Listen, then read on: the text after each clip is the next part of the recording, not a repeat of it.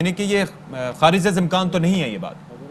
پہلی بات تو وہ واضح کر چکے ہیں پرویز خٹک صاحب کے، وہ ایک ایسی ذرائع مذاق انہوں نے بات کی تھی، وہ سنجیدہ بات نہیں تھی. اور دوسری، جہاں تک آپ بات کریں کہ سیاست کے اندر مفاہمت ہو سکتی ہے، بالکل ہو سکتی ہے اور ہونی بھی چاہیے. ہم سیاست کی بات نہیں کر رہے، ہم یہ کہہ رہے ہیں کہ پاکستان کی عوام سے چوری سے لوٹا ہوا پیسہ جو ہے، جو جرم کیا گیا ہے، وہ اس جرم کی معافی دینا سیاست نہیں ہے، یہ مفاہمت نہیں ہے، یہ پاکستان کے عوام کے ساتھ غداری ہے. ہم صرف اس چیز کے اوپر لائن کھینچ کے بیٹھے ہوئے ہیں کہ ہم نے پاکستان کے عوام کی لوٹی ہوئی دولت، وہ ہماری جیب سے نہیں گئی تھی، وہ اسد عمر کا پیسہ نہیں ہے، وہ عمران خان کا پیسہ نہیں ہے، وہ پاکستان کے عوام کا پیسہ ہے.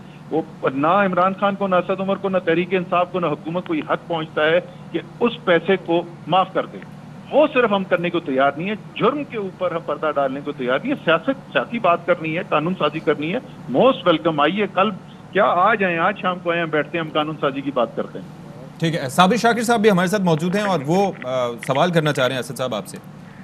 اسد عمر صاحب، آج آپ کو بہت بڑا ریلیف ملا ہے اور اس ریلیف سے پولیٹیکلی آپ کو فائدہ اٹھانے کی کوشش کریں گے، یا پھر اس جو ڈویژن ہوئی ہے پی ڈی ایم میں، اس کے بعد پھر آپ اسی گردان پہ کام کریں گے کہ نہیں ہم نے کسی سے بات نہیں کرنی؟ سر میں پھر وہی دوہرا دوں گا جو میں نے صابر صاحب پہلے بات کی تھی. ہم سب سے بات کرنے کو تیار ہیں، پاکستان کی عوام کی بہتری کے لیے، قانون سازی کے لیے ہم ساتھ بیٹھنے کو تیار ہیں.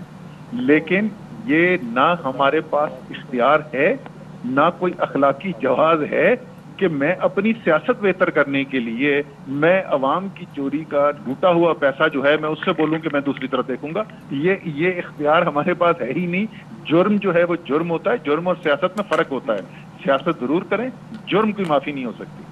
اسد صاحب، بات یہ ہے کہ بالکل ٹھیک ہے، احتساب اداروں نے کرنا ہے، وہ عدالتوں نے کرنا ہے، احتساب عدالت نے کرنا ہے، نیب نے کرنا ہے، اور وہ آپ کے ماتحت نہیں ہے. یہ ایک آئینی اور قانونی پوزیشن ہے. جب آپ اس میں کسی قسم کی انٹروین کر ہی نہیں سکتے تو باقی جو پارلیمان کو چلانا ہے، لیجسلیشن ہے، امینڈمنٹس ہیں، بزنس ہے، اس کے لیے تو آپ کے دروازے کھلے ہونے چاہیے اور غیر مشروط طور پہ ہونے چاہیے. سر یہ تو ہمیشہ سے کھلے ہیں، کب بند رہے ہیں؟ آپ اٹھا کے ریکارڈ دیکھ لیں. ہم اسمبلی کے اندر کبھی ان کو کسی کو آنے سے روکا ہے؟ اسمبلی کے اندر کارروائی سے روکا ہے؟ ہم لیجسلیشن کے لیے ان کے ساتھ بیٹھنے کو تیار نہیں، ہم بیٹھ چکے ہیں. ہم مل کے لیجسلیشن بھی کر چکے ہیں. 9 آرڈیننس پاس ہوئے تھے، ہم نے وڈرا کیے، کمیٹی بنی، اپوزیشن کے ساتھ بیٹھے اور ہم نے ان کو پاس کرایا. مسئلہ کہاں سے کدھر آیا؟ دسمبر کے مہینے میں جب سیٹف کا قانون آیا تو انہوں نے کہا کہ ہم بات ہی نہیں کرنے کو تیار جب تک آپ ہمیں NRO نہیں دیتے.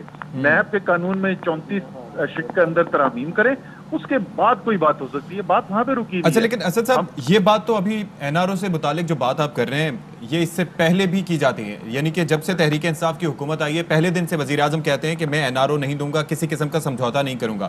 لیکن یہ جو قانون سازی ہوئی ہے یہ ابھی کچھ عرصہ پہلے ہوئی ہے، اس سے پہلے بھی یہ باتیں کی جاتی رہی ہیں. تو وہ کن گراؤنڈ پر کی جاتی رہی ہیں؟ کیونکہ ظاہر ہے کہ احتساب تو کرنا ہے، نیب نے کرنا ہے، عدالتوں نے کرنا ہے. یہ تو اب آپ کے سامنے کھل کر سامنے بات آ گئی نا. اب تو انہوں نے ڈرافٹ دے دیا، لکھت میں دے دیا، تو اب اس کو ڈینائی نہیں کر سکتے. ورنہ پوزیشن تو ڈے ون سے یہی رہی ہے. اس وقت ہوتا یہ تھا پہلے کہ یہ 2 مہینے بات کرتے تھے اور قانون سازی بھی ہوتی تھی، 2 مہینے کے بعد وہ پھر کہتے تھے نہیں جی. اب یہاں سے تو نیب سے آگے وہ دسمبر سے وہ معاملہ رک گیا. ہمارے دروازے کل بھی کھلے تھے، ہمارے آج بھی کھلے ہیں. جیسے میں نے کہا کہ کل نہیں، آج شام کو آئیں، ہم ساتھ بیٹھنے کو تیار ہیں. تو یعنی کہ اگر ان تینوں جماعتوں میں سے، یعنی کہ مولانا فضل الرحمان صاحب، نون لیگ، پیپلز پارٹی، ان میں سے کون سی جماعت کو آپ فوقیت دیں گے اگر وہ نوک کرتے ہیں آپ کے دروازے پر مذاکرات کے لیے، بات چیت کے لیے؟ سب کے لیے دروازے کھلے ہیں سر، سب کے لیے دروازے کھلے ہیں. کس چیز کے لیے؟ سب کے لیے دروازے کھلے ہیں. قانون سازی کے لیے، پاکستان کی عوام کی بہتری کے لیے، سب کے لیے دروازے کھلے ہیں. دروازہ بند کس کے لیے؟ ان سب کے لیے دروازہ بند ہے کہ اگر یہ چاہتے ہیں کہ جو انہوں نے جرم کیا ہے اس جرم کو اوپر میں پردہ ڈال دوں، اور وہ جو میرا پیسہ نہیں ہے، جو کسی اور کا، پاکستان کے عوام کا لوٹا ہوا پیسہ ہے، وہ میں ان کو اجازت دے دوں کہ یہ اپنے پاس رکھ لیں. یہ اس کے لیے سب کے لیے دروازے بند ہیں. باقی ہر ایک کے لیے دروازے کھلے. جو بھی ساتھ بیٹھ کے قانون سازی کرنا چاہتے ہیں، ملک کی بہتری کے لیے کام کرنا چاہتے ہیں، اس کے لیے سب کے لیے دروازے کھلے.